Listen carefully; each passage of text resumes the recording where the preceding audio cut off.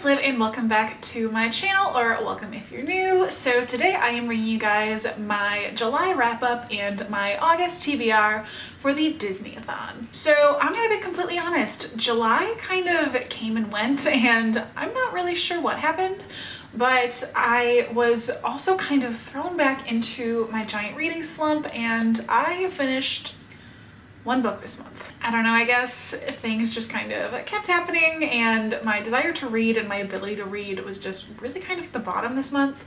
But August is coming, it's a new month, a time for new opportunities, and a great time for me to hop back in the saddle with a good old-fashioned readathon. So if you guys don't know what the Disneyathon is, it is essentially a month-long readathon inspired by Disney. There are 4 different teams that you take a BuzzFeed quiz and it sorts you into which team you're in. I was sorted into Team Beauty and the Beast with my girl Belle. I will leave the link down below to the Disneyathon Twitter page where you can learn more about the teams and get your TBR set. It is not too late to join if you would like to do so.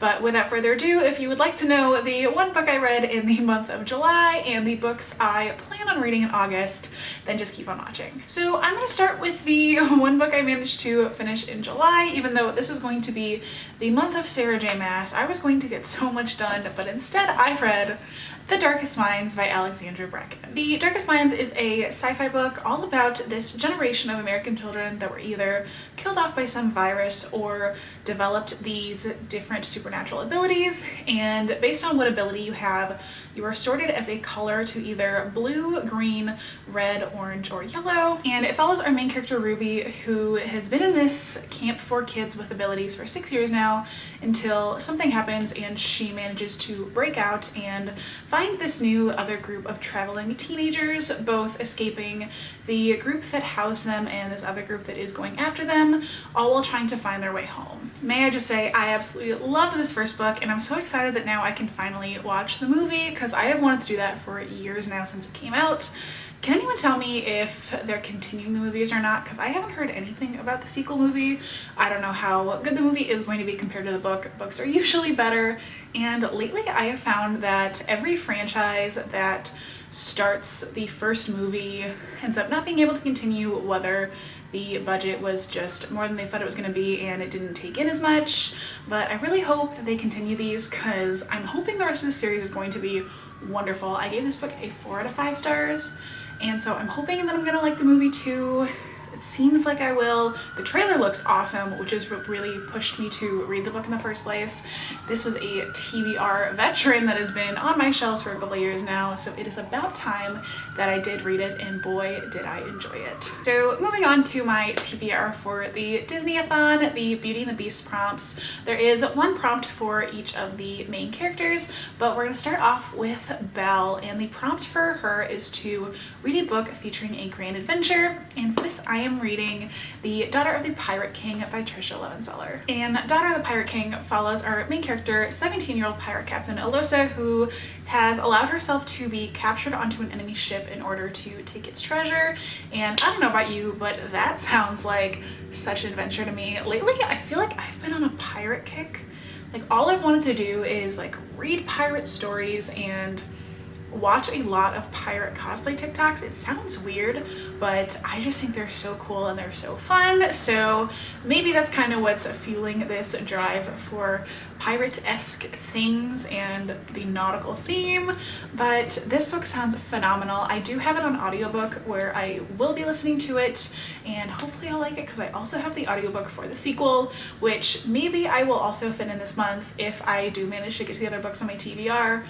We'll see what happens. And I also think this was Trisha Levenseller's debut novel. I have never actually read one of her books before, but I have heard wonderful, wonderful things. And again, pirates are kind of my thing at the moment.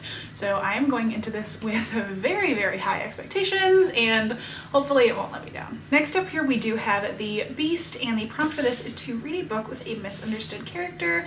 And for this, I am finally going to reattempt reading The Ballad of Songbirds and Snakes by Suzanne Collins. If you don't know, this is of course the prequel to the Hunger Games, following a young President Snow in the 10th Hunger Games before they had enough victors from each of the districts to be able to mentor their own districts.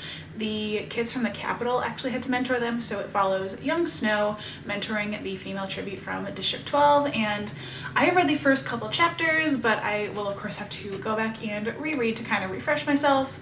But from what I remember, the District 12 female tribute, Lucy Gray, does seem very misunderstood, and I think she's kind of just written off right away as a basic tribute from District 12, someone they don't really have to worry about much. So I thought she was a perfect example for this prompt, and I've really also just been looking for an excuse to pick this one back up because I want to read it. I really want to enjoy it. I have a friend who really loved it, but I've also heard some really mixed reviews. I feel like people either love it or hate it, and so I'm hoping that I will love it. I just really want to give it a chance because I love the Hunger Games so much, and I want to know more about President Snow. I don't really want to sympathize with a villain necessarily, but if he's got a really complicated backstory that makes him the way he is, then I want to know about it. Next up we have my main man, Lumiere, illuminating the way for all of us to read, and it is to read a 5-star prediction. So of course I am putting this on my TBR. I'm pretty sure this was on my TBR for last month, but it's showing up here again, but it is Renegades by Marissa Meyer. I'm pretty sure this is actually a dystopian book, but it does follow superheroes, specifically our two main characters, Nova and Adrienne, and I'm pretty sure Nova has ties to a villain that she's working for, whereas Adrienne is more on the hero side. I don't actually know too much about this book aside from just the superhero main plot, but I have really high hopes for this. I know Emma Books absolutely raves about how much she loves, I think, the first 2 books in the series, and I really trust Emma's reading taste, so I'm hoping this won't let me down. This is of course a 5-star prediction for me because I don't think I have ever read too many books with superheroes, and that really surprises me because if you know me, I really love superheroes. I have never actually read a Marissa Meyer book before, despite the fact that all of her books sound like they are just right up my alley, whether it's the superheroes or a retelling of a fairy tale. So it is about time I dive right in, discover a new author that I will hopefully love, and I am so excited. Next up we have sweet little Cogsworth, who is the prompt for a character that is running out of time. And sticking with the Marissa Meyer theme here, I am reading Cinder. Cinder is of course a Cinderella retelling where she is a cyborg, and I don't know about you, but I think that just sounds so awesome. I have owned this book for many years, I think since this book was first released, and the fact that I haven't read it yet, this is a true TBR veteran. This is maybe the oldest unread book on my shelves because I've owned this for probably about 10 years now. I have read the first couple chapters before and I did really like it. This was another case like the Ballad of Songbirds and Snakes where I just kind of have to go back and refresh myself for everything that had happened.